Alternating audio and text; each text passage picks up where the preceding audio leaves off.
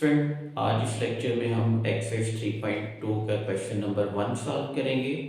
यानी ये एक्सरसाइज 3.2 जो है कि दो लेक्चर्स में इसको हम सॉल्व करेंगे। लेक्चर नंबर 1 में जो है वो क्वेश्चन नंबर 1 सॉल्व करेंगे, लेकिन इस क्वेश्चन को सॉल्व करने से पहले हम इंटीग्रल फार्मूलाज को डिस्कस करेंगे। इस लेक्चर में मैं आपको इंटीग्रल फार्मूलाज को याद करने की एक टेक्निक भी बताऊंगा, जिसमें तकरीबन ये जो मेजर फार्मूलाज हैं तकरीबन हर क्वेश्चन में यूज़ होते हैं, वो इजीली आप जो है उनको याद कर सकते हैं। क्योंकि इंटीग्रेशन में सबसे बड़ी प्रॉब्लम ये होती है कि जब आप एक फार्मूला इजीली लर्न नहीं कर पाते, इसको तैयार नहीं कर पाते, तो इस तरह से आप उस क्वेश्चन को भी अटेम्प्ट करने में आपको मुश्किल होती है। तो मज़ीद लेक्चर की तरफ चलने से पहले अगर आपने अभी तक चैनल सब्सक्राइब नहीं किया तो चैनल को सब्सक्राइब कर लें, ताकि मज़ीद आने वाले लेक्चर के नोटिफिकेशन भी आपको रिसीव हो सकें। आइए स्टूडेंट, अब हम चलते हैं अपने आज के इस लेक्चर की तरफ। फ्रेंड, अब हम सबसे पहले इंटीग्रल फार्मूलाज को डिस्कस करेंगे। तो इसमें टोटल जो 22 फार्मूलाज हैं, अगर ये फार्मूलाज आप प्रिपेयर कर लें तो ये कंप्लीट चैप्टर नंबर 3 में कहीं भी आपको किसी भी क्वेश्चन में प्रॉब्लम नहीं होगी। यानी ये चैप्टर जो है सेकेंड ईयर की बुक में, 12th क्लास की बुक में सबसे डिफ़िकल्ट चैप्टर समझा जाता है और लेंथी भी। लेकिन उसके लिए अगर आप ये फार्मूलाज प्रिपेयर कर लें तो इस फार्मूलाज की बेस पे जो है आप इसके क्वेश्चन इजीली अटेम्प्ट कर सकते हैं। यानी आप यूँ कह लें कि इस चैप्टर के लिए ये फार्मूलाज जो हैं इनको प्रिपेयर करना बहुत ज़्यादा ज़रूरी है।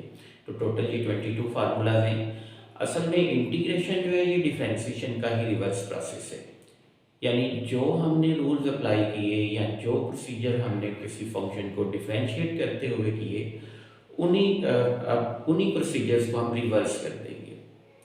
फॉर एग्जांपल, अगर ये फर्स्ट जो है इंटीग्रल फार्मूलाज में फर्स्ट फार्मूला जो है, जैसे ये इंटीग्रल 0 dx, अब यहाँ पे ये इंटीग्रल साइन और dx जो है ये डिफरेंशियल ऑफ x है।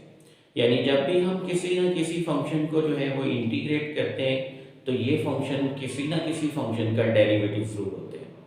अब यहाँ पे ये इंटीग्रल 0 dx, अब देखिए जब हम डिफरेंशिएशन करते हैं तो डिफरेंशिएशन करते हुए कोई भी कांस्टेंट टर्म जो है उसका डेरिवेटिव 0 हो जाता है।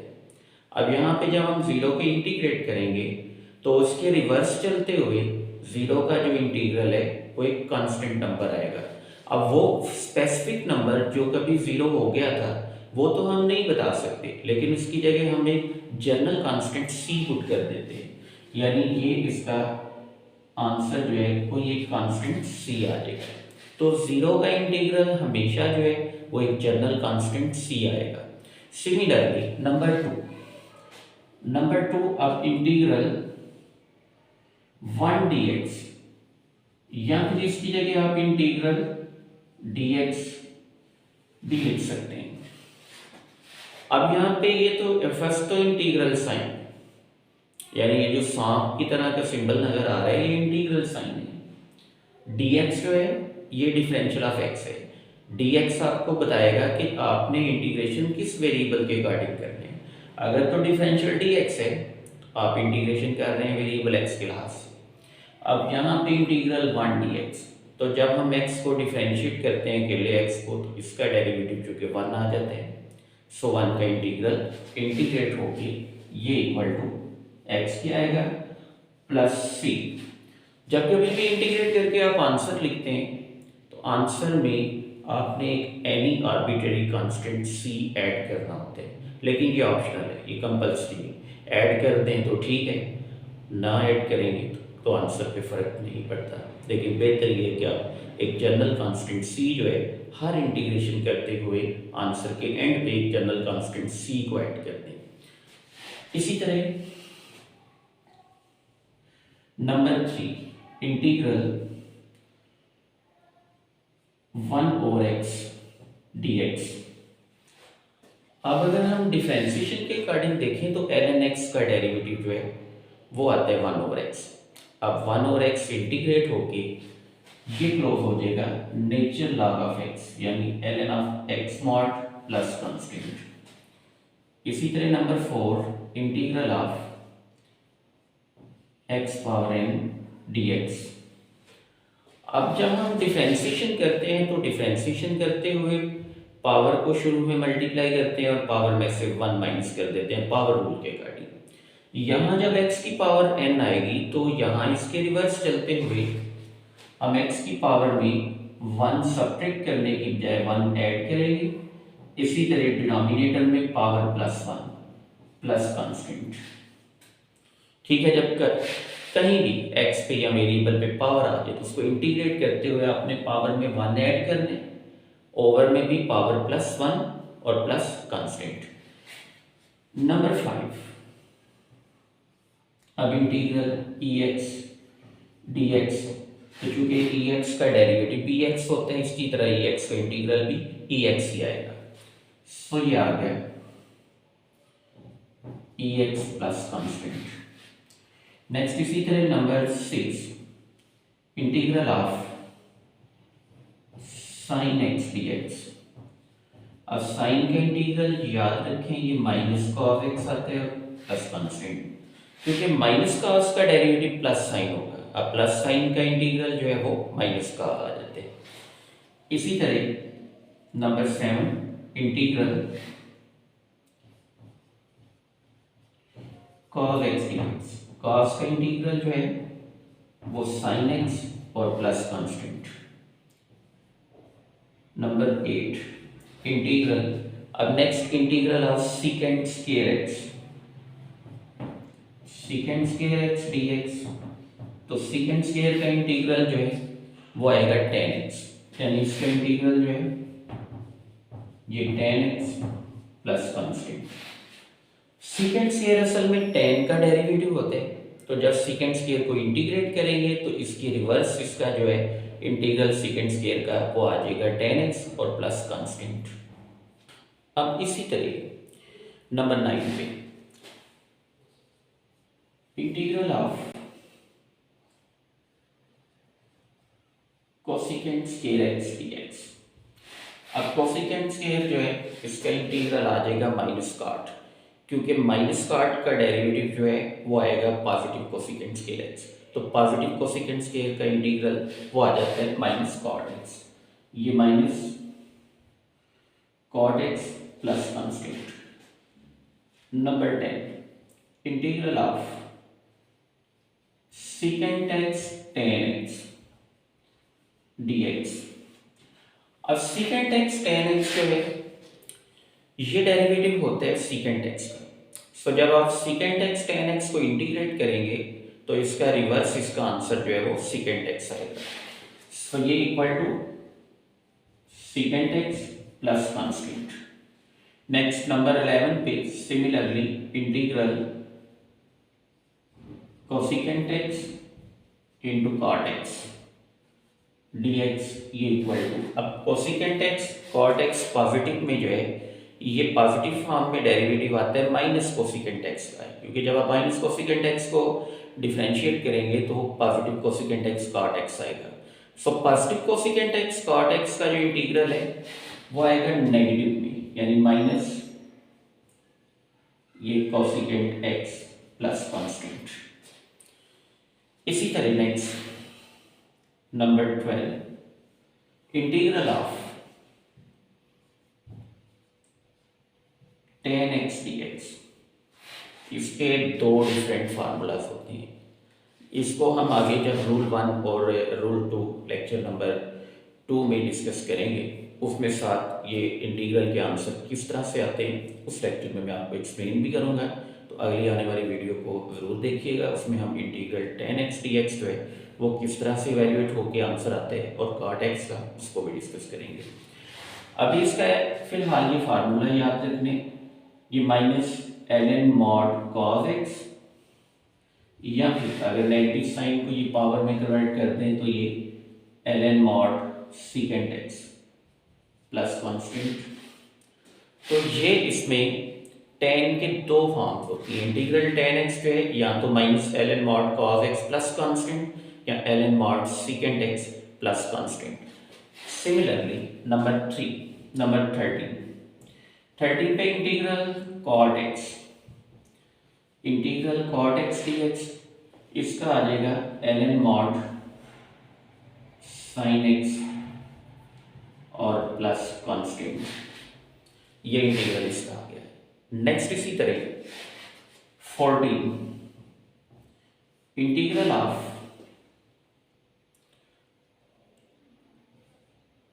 सीकेंट एक्स, सिंपल सीकेंट के एट द एंड ये इंटीग्रल मैं आपको एक्सप्लेन करूंगा। ये integral of secant x dx, intermediate level पे इसका एक ही फार्मूला यूज होता है क्योंकि इसकी दो डिफरेंट फॉर्म है, लेकिन इंटरमीडिएट लेवल पे 12th क्लास में आप सिर्फ यही फॉर्म इसकी अप्लाई करेंगे, वो मैं फार्मूला में लिख रहा हूँ। ये ln mod secant x plus tan x plus constant. इसी तरह number 15 integral of cosecant x dx, ये equal to ln mod cosecant x minus cot x plus constant. तो इसी तरह एक इसका इंटीग्रल जो है जनरल एक्सपोनेंशियल फंक्शन की फॉर्म में 16 नंबर पे ये integral a power x dx, ये इक्वल टू इंटीग्रल इसका आ जाता है ax over ln a plus constant. वो इस तरह से आता है कि जब आप इसकी डिफरेंशिएशन करते हैं ax की, तो पावर का डेरिवेटिव 1 शुरू में मल्टीप्लाई करेंगे और बेस में जो कांस्टेंट है इसका नेचुरल लॉग साथ इसी फंक्शन के मल्टीप्लाई हो जाते हैं। लेकिन यहाँ पे चूँकि हम रिवर्स प्रोसेस करते हैं तो ये फंक्शन, यही जो फंक्शन है अब इससे मल्टीप्लाई होने के बजाय पावर का डेरिवेटिव 1 भी डिवाइड हो जाएगा और बेस में जो कांस्टेंट a है उसका नेचुरल लॉग भी डिवाइड होगा, तो 1 इंटू ln a, ये ln a के इक्वल आ जाते हैं।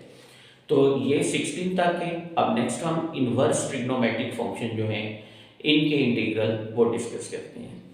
ये अब नंबर 17 नंबर पे ये integral 1 over square root of 1 minus x square dx। अब 1 over 1 square root of 1 minus x square जो है ये असल में डेरिवेटिव होता है साइन इनवर्स एक्स का। इसको जब हम इंटीग्रेट कर लेंगे तो इसका ये इंटीग्रल ये आ जाएगा sine inverse x plus constant.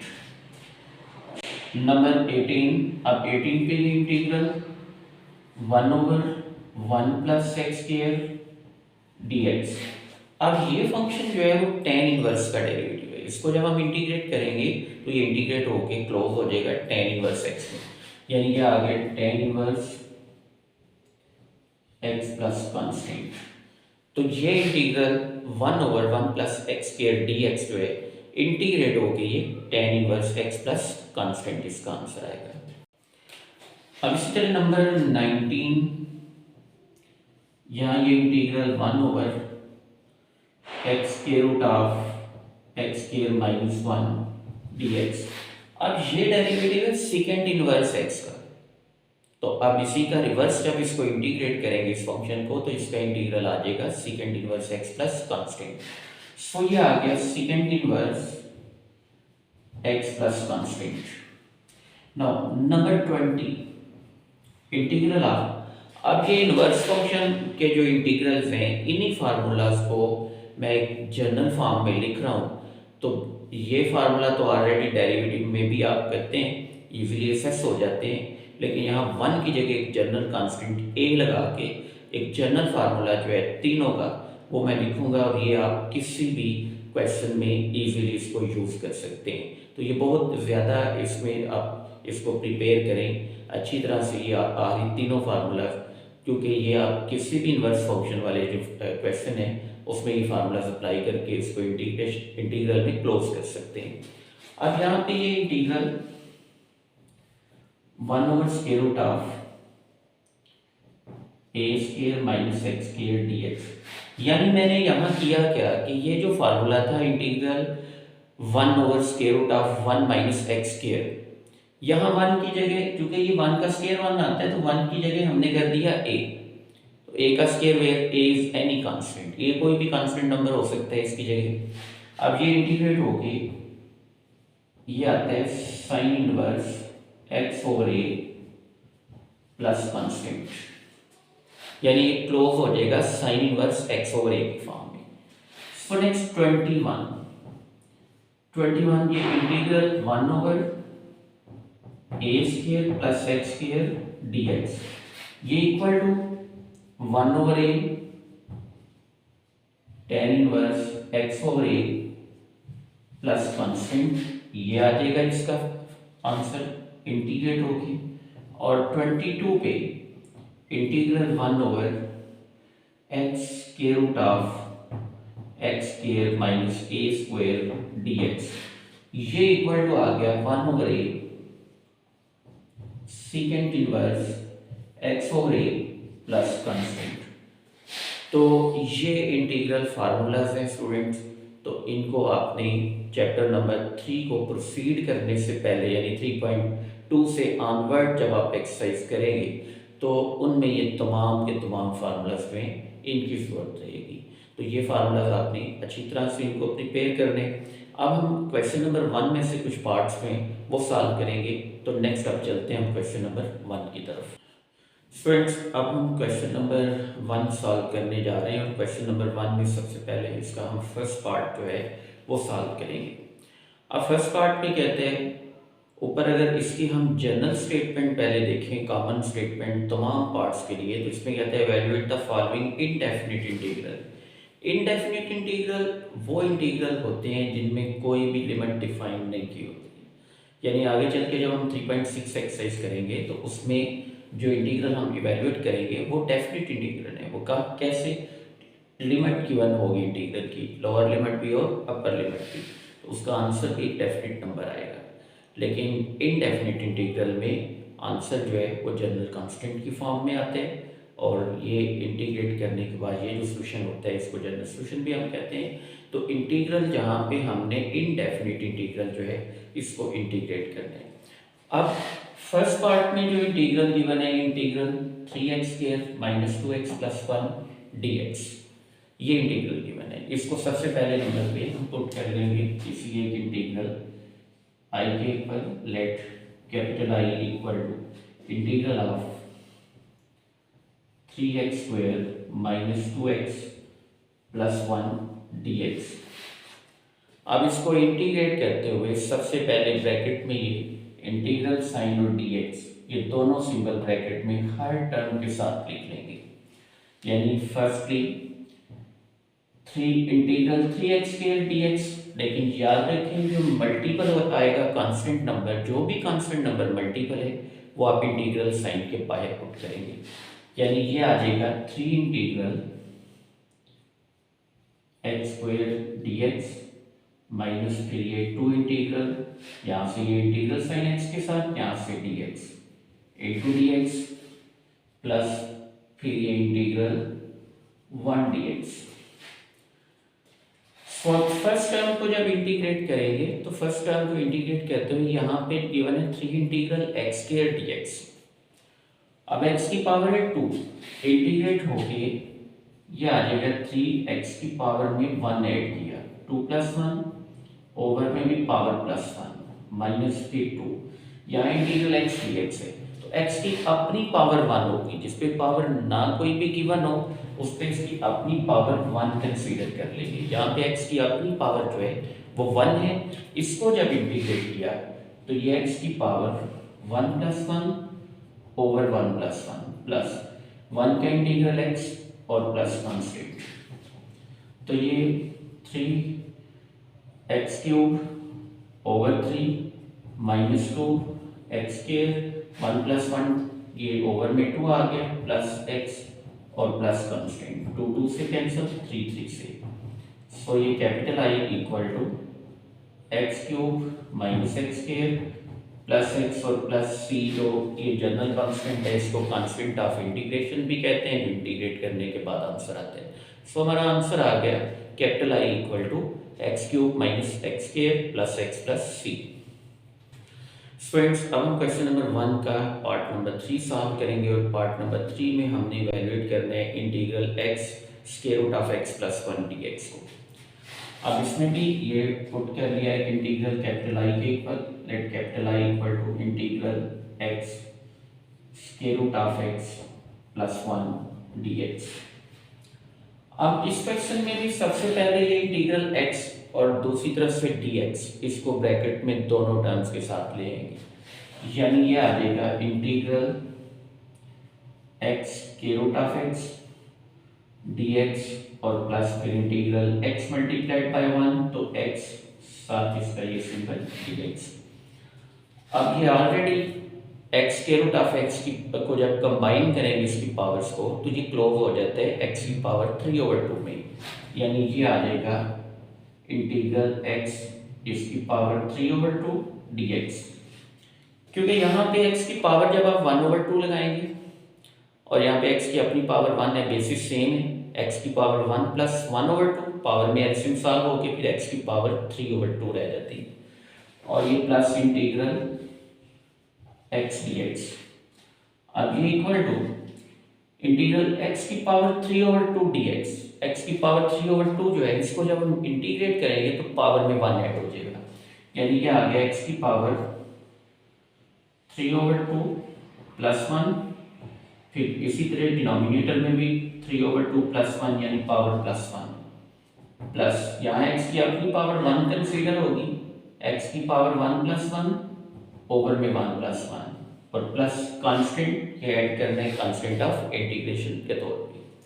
Next ये आ गया x की पावर एलसीएम 2 लिया, तो यहाँ पे 3 प्लस 2 x की पावर 5/2 ओवर में भी एलसीएम 2 जब लेंगे तो ये 5/2 प्लस x की पावर 1 प्लस 1, तो ये 2 ओवर में 1 प्लस 1 तो 2 प्लस कांस्टेंट, ये उल्टा के साइड पे लिख लिया 2/5 x की power 5/2 plus 1/2 x square plus constant, ये इसका रिक्वायर्ड इंटीग्रल आ जाएगा इंटीग्रेट होके।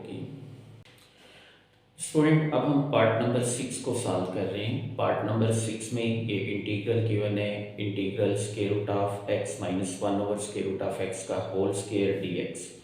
अब ये इंटीग्रल भी पुट कर लिया कैपिटल I के equal, let capital I equal to integral of square root of x minus 1 over square root of x और इस पे whole square into dx। Integrate करने से पहले हम इसका ये स्क्वायर सॉल्व करेंगे। स्क्वायर सॉल्व करने के लिए सिंपल जो फार्मूला है a minus b whole square वाला, ये फार्मूला अप्लाई कर लेंगे।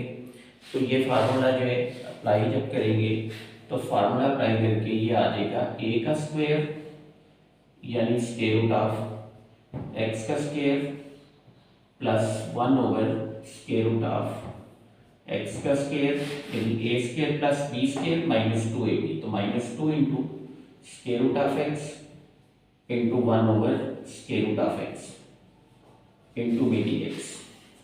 सो इसी तरह स्क्वायर से स्क्वायर रूट के साइन कैंसिल, यहाँ पे ये इंटीग्रल x प्लस ये 1 over square root of x का स्क्वायर आ जाएगा 1 ओवर x और माइनस 2, ये दोनों कैंसिल हो जाएंगे स्क्वायर रूट ऑफ x से, तो 2 इंटू 1 तो ये 2 के इक्वल इंटू dx। अब यहाँ ब्रैकेट में एक तरफ से इंटीग्रल और एक तरफ से dx, ये दोनों सिंबल ब्रैकेट में तीनों टर्म्स के साथ लिख लेंगे, यानी ये आ गया integral x dx plus integral 1 over x dx और माइनस 2 इंटीग्रल 1 dx, क्योंकि 2 मल्टीप्लाइड बाय 1 2 कांस्टेंट इंटीग्रल से बाहर आएगा, इसके साथ मल्टीपल 1 कर लेंगे और dx। x का इंटीग्रल जो है वो x की power 1 plus 1 over 1 plus 1 plus 1 और x इंटीग्रेट होके ये क्लोज हो जाते हैं ln x, माइनस 2 इंटू 1 का इंटीग्रल x और प्लस ये कांस्टेंट ऑफ इंटीग्रेशन, तो ये x की पावर 1 प्लस 1 2 ओवर में 2, तो साइड पे इसको लिख दिया 1 over 2 x square plus ln x mod minus 2x plus constant, इसका रिक्वायर्ड आंसर, ये इसका आंसर आ जाएगा। फ्रेंड्स अब हम क्वेश्चन नंबर 1 का पार्ट नंबर 9 सॉल्व करने जा रहे हैं। पार्ट नंबर 9 में हमने इंटीग्रेट करने ये integral square root of theta minus 1 whole square whole over square root of theta D theta, और यहाँ पे आगे वो लिखते हैं थीटा इज पॉजिटिव। ये डोमेन लिखने की असल में वजह ये है क्योंकि यहाँ पे वेरिएबल थीटा जो है वो आ रही है स्क्वायर रूट रेडिकल साइन में, तो रेडिकल साइन में तब तक ये फंक्शन तब एग्जिस्ट करेगा अगर पॉजिटिव साइन आ जाए, अदरवाइज ये इमेजिनरी पार्ट बन जाएगा। सो अब इसको इंटीग्रेट करते हुए इसी तरह कैपिटल आई के इक्वल पुट किया, capital I equal to integral of square root of theta -1 whole square over square root of theta D theta.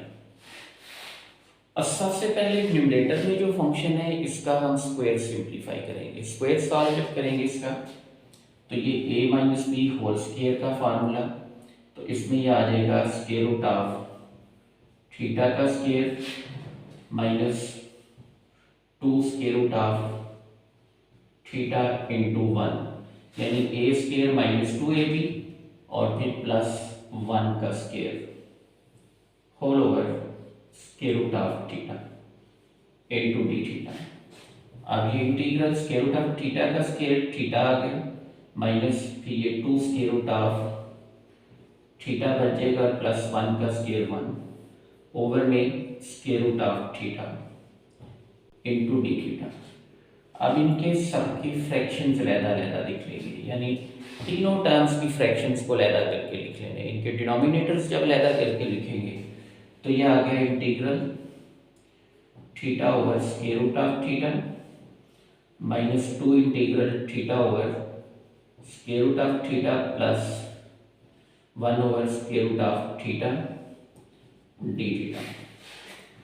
अब ये फर्स्ट इसकी जो टर्म है इसको हम लिख सकते हैं स्क्वायर रूट ऑफ थीटा, बल्कि ये रफ में आपको इसकी मैं सिंप्लीफिकेशन बता देता हूँ। ये अभी आ गया स्क्वायर रूट ऑफ थीटा, दोनों कैंसिल हो गए स्क्वायर रूट ऑफ थीटा, यहाँ से square root of theta square root of theta से कैंसिल तो -2 plus 1 over square root of theta into D theta. अब ये कैसे सिंप्लीफाई होकर स्क्वायर रूट ऑफ थीटा के इक्वल आया, इसमें ये देखें कि अगर ये theta over square root of theta है तो हम इसको लिख सकते हैं स्क्वायर रूट ऑफ थीटा का स्क्वायर, यानी इसका स्क्वायर रूट और स्क्वायर इकट्ठे ले लिए over square root of theta.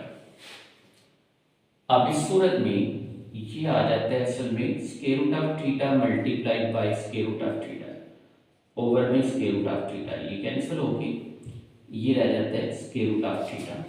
So इस तरह ये कैंसिल सिंप्लीफाई होने के बाद यहाँ पे ये जो बचा कैंसिलेशन के बाद स्क्वायर रूट ऑफ थीटा, ये वैल्यू यहाँ इसमें पुट कर दी। सो इसी तरह अब यहाँ इनको पावर में कन्वर्ट कर लेंगे। यह आ जाएगा इंटीग्रल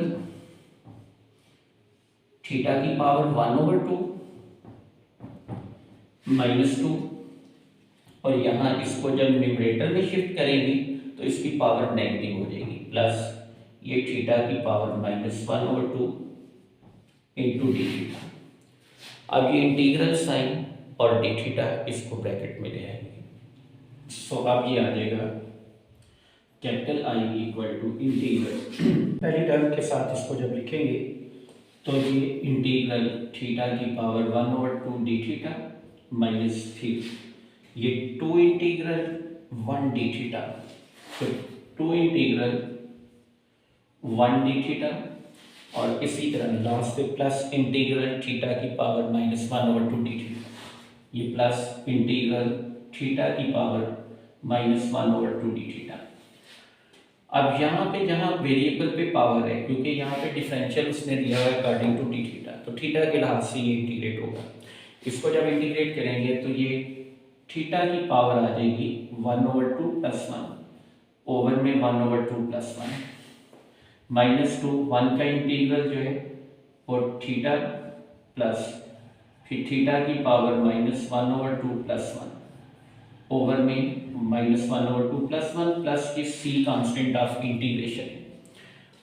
अब 1/2 + 1 एलसीएम 2 लेंगे, 2 + 1 तो थीटा की पावर यहाँ आ गई 3/2 ओवर में भी ये 3/2 दोनों ऐड हो गए -2 थीटा और प्लस यहाँ पे थीटा की पावर -1/2 + 1, तो ये सॉल्व होके रह जाता है +1/2 ओवर में भी -1/2 + 1, तो ये भी सॉल्व होके +1/2 प्लस कांस्टेंट, ये वैल्यू भी उल्टा के शुरू में मल्टीप्लाई कर लेंगे, ये आ गया 2/3 थीटा की पावर 3/2 -2 थीटा प्लस इसको उल्टा के मल्टीप्लाई कर लिया तो 2 थीटा की पावर 1/2 प्लस कांस्टेंट।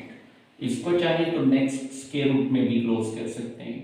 2/3 थीटा की power 3/2 -2 theta plus 2 theta plus constant. ये इसका आंसर आ जाएगा, इवैल्यूएट होगी। फ्रेंड्स, अब हम इसका पार्ट नंबर 11 सॉल्व कर रहे हैं, जो कि इस क्वेश्चन नंबर 1 का लास्ट पार्ट है। और पार्ट नंबर 11 में हमने इवैल्यूएट करना है integral e⁻2x plus ex whole over ex dx।